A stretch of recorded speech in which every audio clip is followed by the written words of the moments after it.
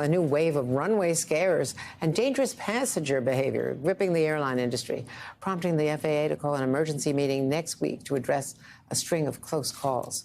The latest shocking incident caught on cell phone video, a belligerent United Airlines passenger repeatedly attempting to stab a flight attendant with a broken spoon, trying to open an emergency door mid-flight before the plane could land safely in Boston. The 33-year-old male passenger now facing federal charges, telling investigators he knew if he opened that door, many people would die. NBC's Tom Costello is here and, of course, covers aviation for us. So, Tom, this is a string of also dangerous incidents on the runway. Yeah.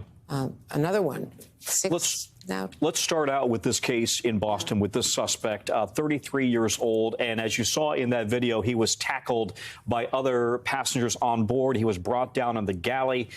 It is impossible to open that door, thank goodness. That was not going to happen. But stabbing a flight attendant with a broken spoon is very serious. He faces federal charges and potentially life in jail, in prison. But as it relates now to the broader theme here, and that is, of course, we've learned of a sixth runway incursion, a close call in which planes came too close together. This one was in Sarasota, Florida. We found out it happened in February. What happened is air traffic control cleared a plane to land on a runway that another plane was already taking off from. So literally, potentially, right on top of each other. The plane that was going to land, it, in fact, went around. We've seen multiple cases now. Because of that, that's why the FAA is calling this summit for next week an aviation safety summit. Runway incursions, a big part of that. I want to play part of what Captain Sully Sullenberger said to Savannah Guthrie on Today this morning about how dangerous this is becoming. Do you think there is a sense of complacency that sets in when air travel has been, thankfully, so safe? Yes, we become the victims of our own success.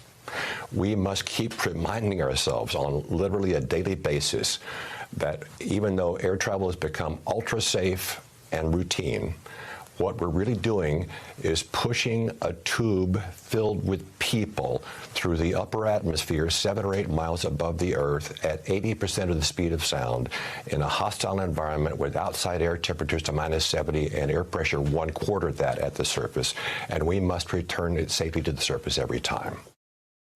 You know, he famously landed that plane on the Hudson after the bird strike, but that's right. He knows what he's talking about. Knows what he's talking about. That's a pretty good soundbite, right? It puts it into context how serious this is, and that is why he says this is a canary in a coal mine moment. We've had all of these instances, and we need to address it as a country, or something bad could happen. I mean, you're our expert, and you know this better than anyone. And let's talk about turbulence, because there have been a couple of incidents, but now one tragically.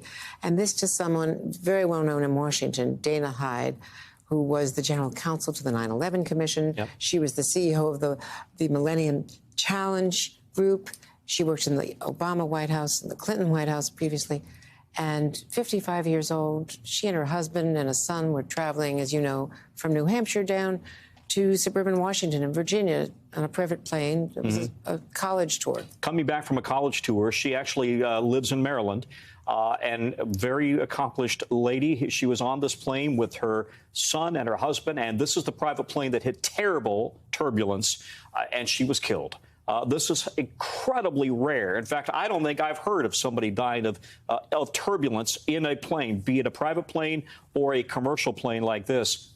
Or a commercial plane. Nonetheless, the NTSB is investigating, was there something going on wrong with that plane? Was there a mechanical issue, or did they get caught in extreme turbulence? We know that the jet stream right now, moving from west to east, is running at about 100 miles per hour faster than normal. People flying from L.A. to New York are saying, I got here an hour earlier than normal. So if you get caught into that river in the air, it can be incredibly violent.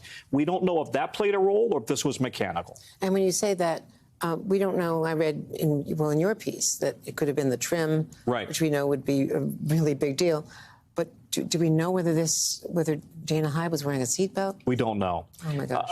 There's speculation that to have suffered that sort of an injury, a fatal injury, she may not have been. And that is why they say if you're in a plane, you've got to keep the seatbelt on. Always, always. And her son and husband are well. Just awful. Yeah, they are not. Nobody else on board the plane was injured. Oh, my gosh. Thank you very much for all of that. You bet.